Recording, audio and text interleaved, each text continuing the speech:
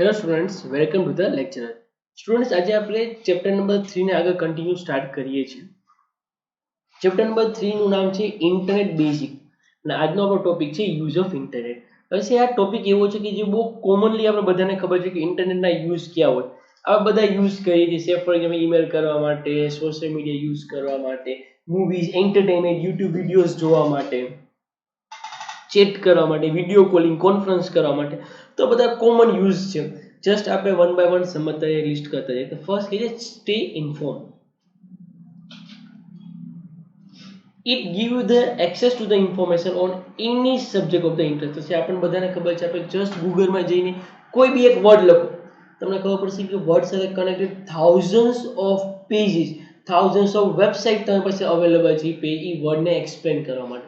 તો છે tons of information તમારી પાસે અવેલેબલ છે અને તમે ઇન્ટરનેટનો યુઝ કરી શકો છો ટુ સ્ટે ઇન્ફોર્મ. ઘણા બધા લોકો આજના દિવસમાં ન્યૂઝપેપર, આજના ટાઈમે ન્યૂઝપેપર યુઝ નથી કરતા, જસ્ટ ઇન્ટરનેટ ઉપર ન્યૂઝને રીડ કરી રીતે સર્ચ કરી રહી છે. તો સ્ટે ઇન્ફોર્મ તમને બધી up to date last minute સુધીની ઇન્ફોર્મેશન પ્રોવાઈડ કરી શકે છે. નેક્સ્ટ, ઈમેલ કરવા માટે છે સ્ટુડન્ટ. આ બધા એવા ટોપિક છે કે જે આપણને બધાને ખબર છે. સિમ્પલ ઈમેલ તો કે ઇલેક્ટ્રોનિક મેલ કહેવાય એને. It enables us to exchange the message with the people around the world, including friends, family member, colleagues, customer, and even the people you meet on the internet. Email is quite fast, easy, and inexpensive. તો જે email આપણે બધા લોકો use કરીએ છીએ communication કરવા માટે. પહેલાં શું હતું કે લેટર મોકલતા. હવે બધાને ખબર છે કે લેટર ડ્રાફ્ટ કરવો, પછી એને એન્વેલપમાં પેક કરીએ, સ્ટેમ્પ લગાવીએ અને પોસ્ટ બોક્સની અંદર પોસ્ટ કરીએ. તો it take 3 to 4 days at least to reach a destination. But એ જ કેસની અંદર ઈમેલ હોય તો જસ્ટ તમે એ વ્યક્તિનું નેમ લખો, ઈમેલ એડ્રેસ લખો, મેસેજ કરો અને એન્ટર મારો. In fraction of second around the world, વર્લ્ડના કોઈ બી કોર્નરની અંદર તમારો જે ડેટા છે, તમારો જે મેસેજ છે એ પાસ ઓન થઈ જશે. તો છે ઇલેક્ટ્રોનિક મેલ બહુ કન્વિનિયન્ટ થઈ ગયું છે આપણા માટે to communicate with the friends, colleague and business partners. Next કે છે સોશિયલ મીડિયા. યસ, આપણે આ બધાને બહુ ઇઝીલી સમજીએ છીએ. ફેસબુક છે, ઇન્સ્ટાગ્રામ છે. The social media is a group of the individual divided into the specific group who share idea, activity, event, interest, photos, message and videos. તો આપણને બધાને ખબર છે આપણા ફેસબુકમાં કે આપણા ઇન્સ્ટામાં શું કે આપણા જેવા લોકોનું ગ્રુપ હોય, લાઇક માઇન્ડેડ પીપલ્સ. આ બધાનું ગ્રુપ હોય અને આપણે કેના માટે યુઝ કરતા ટુ એક્સચેન્જ ધ ઇન્ફોર્મેશન, કે આપણે ક્યાં ટ્રાવેલ કરીએ છીએ, આપણા ફોટોઝ, આપણા ઇન્ટરેસ્ટની વસ્તુ, આપણા થોટ્સ, આપણા માઇન્ડની અંદર કઈ વસ્તુ ચાલે છે, કોઈ ફોટોગ્રાફ્સ છે, કોઈ એક્ટિવિટીઝ છે, તો બધી વસ્તુ શેર કરવા માટે આપણે યુઝ કરીએ છીએ. સોશિયલ મીડિયા નેટવર્કની શું છે, કંઈ નથી, એક ટાઈપનું સોશિયલ ગેધરિંગ જ છે. બટ અહીં આપણે સોશિયલ ગેધરિંગ કરીએ છીએ, એકબીજા સાથે લોકો મળે છે, but with the use of the internet, નહીં કે આપણે ફેસ ટુ ફેસ મળીને વાત કરીએ. તો યસ, સોશિયલ મીડિયા પોસિબલ છે, ઇન્ટરનેટ છે એટલા માટે. તો યુઝ ઓફ ધ ઇન્ટરનેટની અંદર સોશિયલ મીડિયા આવશે. Entertainment. The internet offers many different forms of the entertainment. You can find the latest film, watch online and listen the movie. Yes, તો આપણને બધાને ખબર છે કે ઇન્ટરનેટ આપણે યુઝ કરીએ છીએ to find the movies, videos, content, music સાંભળવા માટે આપણે બધાને યુઝ કરીએ તો છે એન્ટરટેનમેન્ટ માટે. હવે તો એક એવો એજ છે, એક એવા ગ્રુપ ઓફ પીપલ્સ છે કે જે લોકો સિનેમા હોલની અંદર કે બહાર જઈને એન્ટરટેનમેન્ટ લેવા કરતાં બેટર છે કે પોતાના મોબાઈલ ફોન કે પોતાના લેપટોપની અંદર ઇન્ટરનેટ કનેક્ટ કરી અને બધું જ એન્ટરટેનમેન્ટ મટીરિયલ ઓનલાઈન જોવા માટે પ્રેફરન્સ આપે. તો આ છે એન્ટરટેનમેન્ટ. યસ, ઇન્ટરનેટ છે તો આપણને એન્ટરટેનમેન્ટ છે. ફોર એક્ઝામ્પલ નેટફ્લિક્સ છે, ડિઝની પ્લસ છે, હોટસ્ટાર છે. તો આ બધા એવા વે છે એન્ટરટેનમેન્ટના કે તમે લેટેસ્ટ મૂવી, મ્યુઝિકને એક્સેસ કરી શકશો with the use of the internet. Next કે છે program. You can find the thousands of program that can be use on the computer. Yes, તો આપણે બધા લોકો સોફ્ટવેર્સની વાત કરીએ છીએ. આપણે કોઈ બી સોફ્ટવેર જોઈએ છે મૂવી એડિટ કરવા માટે, ફોટો એડિટ કરવા માટે, ઇવન ઇફ અત્યારે હું પાવર પોઈન્ટ યુઝ કરું છું તો પાવર પોઈન્ટ છે.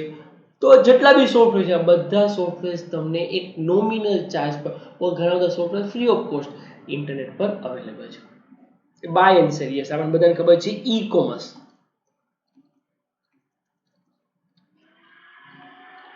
આપણે બધી જ પ્રોડક્ટને ઓનલાઈન બાય એન્ડ સેલ કરી શકીએ છીએ. તો ઈ કોમર્સનો યુઝ કરીને તમે પ્રોડક્ટને બાય એન્ડ સેલ તો છે most of the younger generation તો હવે પ્રિફર કરે છે to purchase the online rather than for the going towards the rather than going to the shop or the mall. આ બધા લોકો ચૂઝ કરીએ છીએ ટુ બાય ધ ઓનલાઈન. તો યસ ઇન્ટરનેટ છે તો આપણે ઈ કોમર્સનો યુઝ કરીને ઓવર ધ ઇન્ટરનેટ પ્રોડક્ટને બાય કે સેલ કરી શકીએ છીએ. Chat. The chat allow user to exchange type the message with the other person on the internet. The message you send will instantly appear on the other computers. Yes, but obviously મેં તમને already સમજાવ્યું email. હવે આવા કેટલા બધા chat બી available છે. સે for example WhatsApp. તો તમે એસએમએસ કરો તો ટાઈમ લાગે ડિલિવર થતા 1 મિનિટ 2 મિનિટ, બટ તમે વોટ્સએપ કરો તો ઇન્સ્ટન્ટલી ફ્રેક્શન ઓફ સેકન્ડમાં તમારા વોટ્સએપ થી ડિલિવર થઈ જશે. તો સે chat. Education. The online study material in form of the online textbook, videos, e-learning course, tutorials are available over the internet. Yes, તો આપણે as of now currently આપણે YouTube યુઝ કરીએ છીએ ટુ પ્રોવાઈડ ધ એજ્યુકેશન. તો કંઈ નથી, આ internet જ છે જે તમારા માટે આ પેન્ડેમિકની અંદર પણ એજ્યુકેશનને કન્ટિન્યુ કરી શકે છે.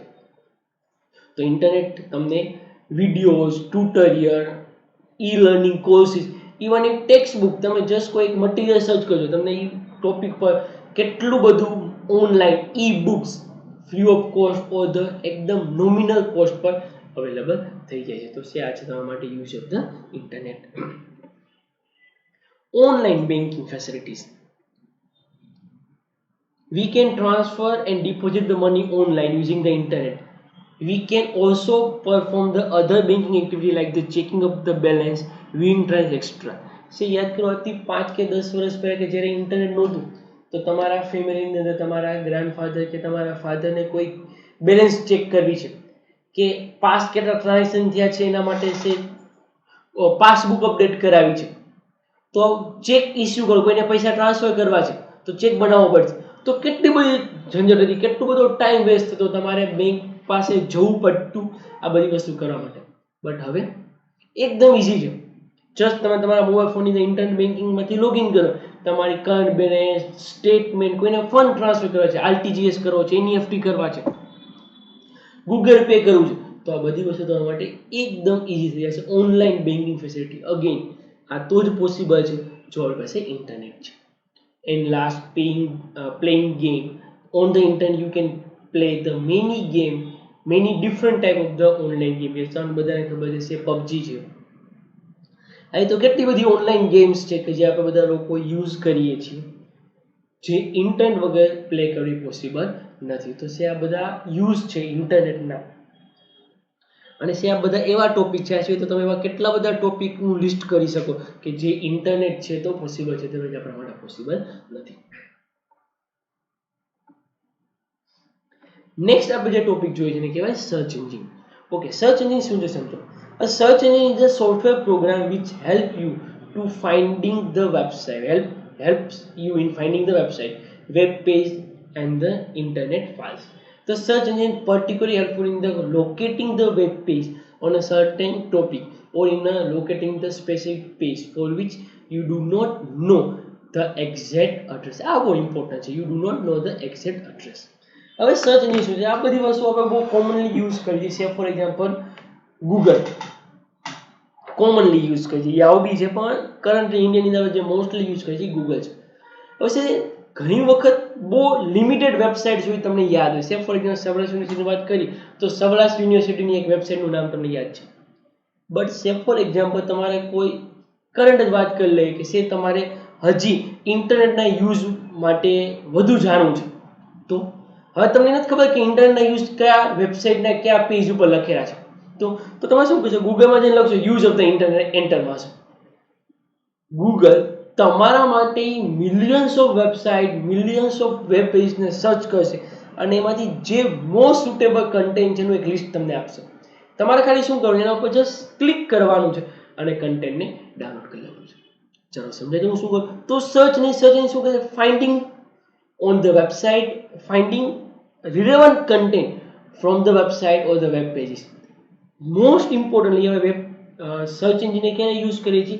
મોસ્ટ ઇમ્પોર્ટન્ટલી આપણે સર્ચ એન્જિન યુઝ કરીએ છીએ where you do not know where the exactly data is located. તમને ખબર નથી ડેટા એક્ઝેક્ટ ક્યાં લોકેટેડ છે, તો આવા કેસમાં આપણે શું યુઝ કરીએ છીએ? સર્ચ એન્જિન યુઝ કરીએ છીએ. ચાલો ક્લિયર થઈ જાય.